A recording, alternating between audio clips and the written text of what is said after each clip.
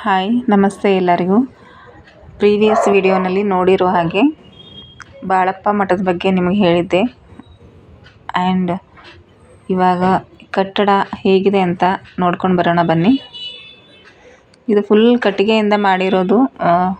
ಮೇಲ್ಛಾವಣಿ ಎಲ್ಲ ಕಟ್ಟಿಗೆಯಿಂದನೇ ಮಾಡಿರೋದು. ಬೇಸಿಗೆನಲ್ಲಂತೂ ತುಂಬ ತಂಪಾಗಿರುತ್ತೆ, ಚೆನ್ನಾಗಿರುತ್ತೆ. ಮಧ್ಯದಲ್ಲಿ ಆ ಕಂಬಗಳು ಇನ್ನೂ ಆಕರ್ಷಕವಾಗಿ ಕಾಣಿಸುತ್ತೆ. ಮಠ ನೋಡೋದಕ್ಕೆ ತುಂಬ ಸುಂದರವಾಗಿದೆ. ತುಂಬ ಪಾಸಿಟಿವಿಟಿ ಇದೆ ಮಠದಲ್ಲಿ.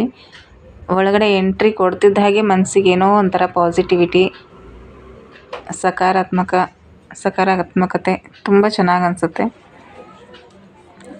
ಆ್ಯಂಡ್ ಇಲ್ಲಿ ದರ್ಶನ ಮಾಡಿಕೊಂಡು ಪಕ್ಕದಲ್ಲೇ ಇರುವಂಥ ರಾಮ ಮಂದಿರಕ್ಕೆ ಹೋದ್ವಿ. ಅಲ್ಲೇ ಮಠದ ಒಳಗಡೆನೇ ಇದೆ ಇದು ಪಕ್ಕದಲ್ಲಿ. ಅಲ್ಲಿ ರಾಮ ಮಂದಿರದಲ್ಲಿ ದರ್ಶನ ಮಾಡಿಕೊಂಡು ಹೊರಗಡೆ ಬರಬೇಕಾದ್ರೆ ಅಲ್ಲೇ ಪಕ್ಕದಲ್ಲಿ ರಾಮ ಮಂದಿರದ ಜಸ್ಟ್ ಆಪೋಸಿಟ್ನಲ್ಲೇ ಒಂದು ಗೋಶಾಲೆ ಇತ್ತು. ಅಲ್ಲಿ ತುಂಬ ಹಸುಗಳಿದ್ವು.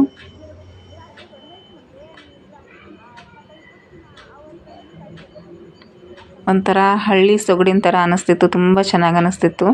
ಆ್ಯಂಡ್ ಈ ಥರ ಎಲ್ಲ ಬೆರಣಿಗಳು ಸಗಣಿ ತಟ್ಟಿಬಿಟ್ಟಿಟ್ಟಿದ್ರು. ಅದು ವಿಭೂತಿ ಎಲ್ಲ ರೆಡಿ ಮಾಡೋಕ್ಕೆ ಪ್ಯೂರಾಗಿ ಅಂತ. ಆ್ಯಂಡ್ ಸೈಡಿಂದ ಈ ಥರ ಕಾಣಿಸುತ್ತೆ ಆ ಗುರುಮಂದಿರ, ಬಾಳಪ್ಪನವರ ಮಠ. ಇಲ್ಲೇ ಜಸ್ಟ್ ನಿಮಗೆ ಸ್ಟೆಪ್ಸ್ ಕಾಣಿಸ್ತಿದೆ ಅಲ್ಲ ಎದುರುಗಡೆ, ಅಲ್ಲಿ ಮೇಲ್ಗಡೆ ಹೋದರೆ ಅಲ್ಲಿ ದಾಸೋಹ ಇದೆ, ಅಲ್ಲಿ ಊಟ ಇರುತ್ತೆ. ಇದು ರಾಮ ಮಂದಿರ.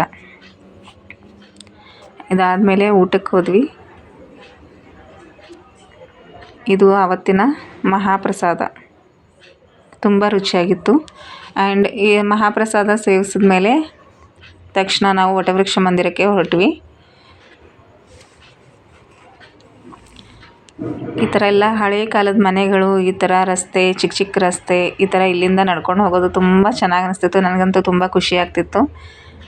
ನನಗೆ ಈ ಥರ ರೋಡ್ಸ್, ಈ ಥರ ಎಲ್ಲ ಮನೆ, ಈ ಥರ ಬಿಲ್ಡಿಂಗ್ಸ್, ಹಳೆಯ ಕಾಲದ ಬಿಲ್ಡಿಂಗ್ಸ್ ಎಲ್ಲ ತುಂಬ ಇಷ್ಟ ಆಗುತ್ತೆ, ಕಟ್ಟಡಗಳೆಲ್ಲ. ಆ್ಯಂಡ್ ನಾವು ಹೋಗಬೇಕಾದ್ರೆ ತುಂಬಾ ಬಿಸಿಲಿತ್ತು. ಅಕ್ಕಲ್ಕೋಟ್ಗೆ ಹೋಗಬೇಕಾದ್ರೆ. ಮತ್ತು ಬಾಳಪ್ಪ ಮಠದಿಂದ ಹೊರಗಡೆ ಬಂದಮೇಲೆ ತುಂಬ ತಂಪಾದ ವಾತಾವರಣವಿತ್ತು. ಹಾಗಾಗಿ ಆರಾಮಾಗಿ ದರ್ಶನ ಮಾಡಿದ್ವಿ. ಇಲ್ಲಿ ವಟವೃಕ್ಷ ಮಂದಿರಕ್ಕೆ ಬಂದು ತಲುಪಿದ್ವಿ. ಸ್ವಲ್ಪ ಸಂಡೇ ಇರೋದ್ರಿಂದ ಇಲ್ಲಿ ಕೂಡ ತುಂಬ ಜನ ಇದ್ದರು. ಸ್ವಲ್ಪ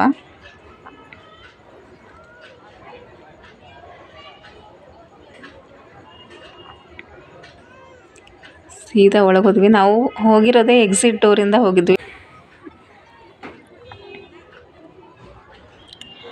ಇದು ವಟವೃಕ್ಷ, ಇದು ಅಂದರೆ ಔದುಂಬರ ವೃಕ್ಷ ಅಂತ ಕೂಡ ಅಂತಾರೆ ಕನ್ನಡದಲ್ಲಿ. ಈ ಔದುಂಬರ ವೃಕ್ಷದ ಕೆಳಗಡೆನೇ ಸ್ವಾಮಿ ಸಮರ್ಥನವರು ಅನೇಕ ವರ್ಷ ವಾಸವಿದ್ದರು ಆವಾಗಿನ ಕಾಲದಲ್ಲಿ ಅಂತ ಜನರ ನಂಬಿಕೆ. ಇವಾಗಲೂ ವಾಸ ಇದ್ದಾರೆ ಇಲ್ಲಿ ಅಂತ ಹೇಳ್ತಾರೆ. ಈ ಔದುಂಬರ ವೃಕ್ಷನ ನೋಡಿಬಿಟ್ಟು ಇಲ್ಲಿ ದರ್ಶನ ಮಾಡಿಬಿಟ್ಟು ಇಲ್ಲಿಂದ ಸೀದಾ ಗರ್ಭಗುಡಿಗೆ ಹೋದ್ವಿ. ಒಳಗಡೆ ಹೋಗಿ ಅಲ್ಲಿ ಸ್ವಾಮಿ ಸಮರ್ಥರ ದರ್ಶನವನ್ನು ಪಡೆದುಕೊಂಡು ಅಲ್ಲಿಂದ ಹೊರಗಡೆ ಬಂದ್ವಿ. ಹೊರಗಡೆ ಹೋಗಬೇಕಾದ್ರೆ ಇಲ್ಲಿ ನೀವು ನೋಡ್ತಿರ್ಬೋದು, ತುಂಬ ಚೆನ್ನಾಗಿ ಕಟ್ಟಿದ್ದಾರೆ. ನಾನು ಲಾಸ್ಟ್ ಟೈಮ್ ಹೋದಾಗ ಇನ್ನೂ ಕನ್ಸ್ಟ್ರಕ್ಷನ್ ಸ್ವಲ್ಪ ನಡೀತಿತ್ತು.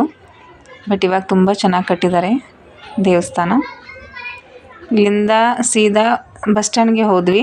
ಬಸ್ ಸ್ಟ್ಯಾಂಡ್ನಲ್ಲಿ ಒಂದು 10-15 ನಿಮಿಷ ಆದಮೇಲೆ ಬಸ್ ಬಂತು. ಸೊ ನಮ್ಮೂರ ಕಡೆ ಪಯಣ, ಸೋಲಾಪುರ ಕಡೆ ಹೊರಟ್ವಿ.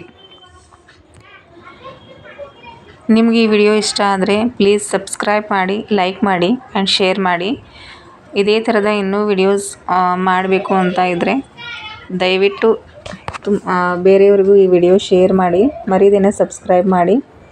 ನಿಮ್ಮ ಸಪೋರ್ಟ್ ಸದಾ ಹೀಗೆ ಇರಲಿ ಅಂತ ಕೇಳ್ಕೊತೀನಿ. Thank you so much.